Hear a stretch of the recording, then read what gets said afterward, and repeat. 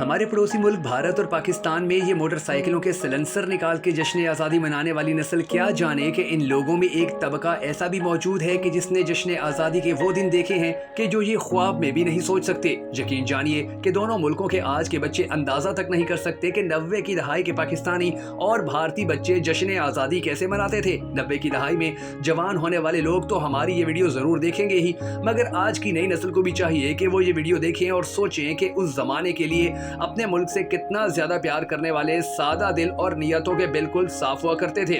नाज़रीन ग्रामी, वतन से मोहब्बत इंसानी खमीर का हिस्सा होती है। यही वजह है कि दुनिया भर के लोग अपने मुल्क के आज़ादी के दिन को बहुत जोशो खरोश से मनाते हैं। हमारे पड़ोसी मुल्क भारत और पाकिस्तान में भी ये दिन खास जोशो जज्बे से मनाया जाता है, मगर जो जोशो खरोश इस दिन को मनाने के हवाले से 90 की दहाई के बच्चों में नजर आता था, वो इस दौर के बच्चों में ना होने के बराबर है। मौजूदा दौर के बच्चे जो डिजिटल दौर और सोशल मीडिया के दौर के बच्चे हैं, इनके अंदर हर जज्बे का इजहार सोशल मीडिया तक महदूद हो चुका है। वो अमली तौर पर कुछ भी करने के लिए तैयार नजर नहीं आते, जबकि इसके मुकाबले में 90 की दहाई के बच्चे अमली तौर पर बहुत से ऐसे काम करते थे जिनसे नई नस्ल महरूम नजर आती है। मसलन झंडियों की तैयारी। नाज़रीन गिरामी, अगस्त के महीने की आमद के साथ ही बच्चे अपनी जेब खर्च को बचाना शुरू कर देते थे और इसके बाद अपनी जेब खर्च से बचाए जाने वाले पैसों से सैकड़ों के हिसाब से झंडियां खरीदी जाती थी और इसके बाद इन झंडियों को आटे की लई तैयार करके धागे में परोया जाता था। इसके बाद इनको सुखाया जाता था। सूखने के बाद इन झंडियों को एहतियात से एक खास अंदाज में लपेट कर रख दिया जाता था ताकि आज़ादी के दिन इन झंडियों को अपने घर, स्कूल और गली को सजाने के लिए इस्तेमाल किया जा सके। नंबर 2, सबसे ऊंचा परचम ये हमारा रहे। यकम अगस्त से घर की छत पर पाकिस्तानी सबज हलाली परचम लहराना और इस परचम को फख्र से लहराते हुए देखना 90 की दहाई के बच्चों का सबसे बड़ा शौक होता था।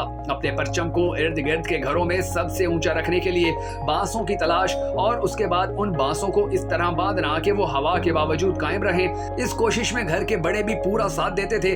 दूर गली के किनारे पर खड़े होकर अपने घर के ऊपर लहराता सबज हलाली परचम जो फख्र और खुशी देता था, इससे आज के दौर के बच्चे बिल्कुल ना आशना हैं। नंबर 3, सफेद शलवार कमीज सिलवाना। यौम आज़ादी की मुनासबत से लड़कों के लिए सफेद शलवार कमीज पहनना एक ईद के दिन के त्यौहार की तरह लाजमी होता था और तमाम लड़के सफेद शलवार कमीज और लड़कियां इस दिन की मुनासबत से सफेद शलवार कमीज के साथ परचम के रंग के दुपट्टे का इंतखाब करती थी। यकीन जानिए कि इस जोड़े को पहनने की खुशी में बच्चों को रात भर नींद ना आती थी। सफेद रंग के इस जोड़े को कलफ लगाकर हैंग किया जाता था और सुबह उठते साथ ही इस जोड़े को पहना जाता था। बच्चों की तरफ से यौम आज़ादी पर इस तरह तैयार हुआ जाता था जैसे ईद के दिन की तैयारी होती थी।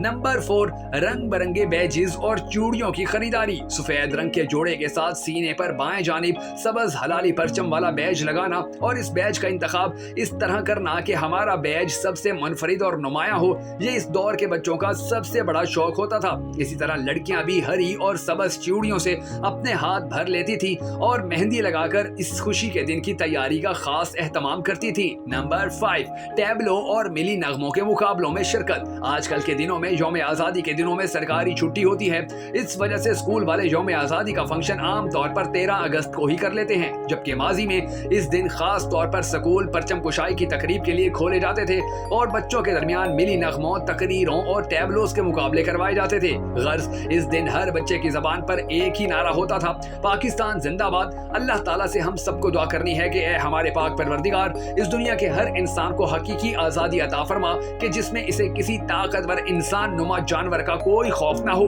अगर आप भी हम सबके साथ मिलकर इस दुआ में शामिल होना चाहें तो कमेंट सेक्शन में आमीन जरूर लिख दीजिएगा।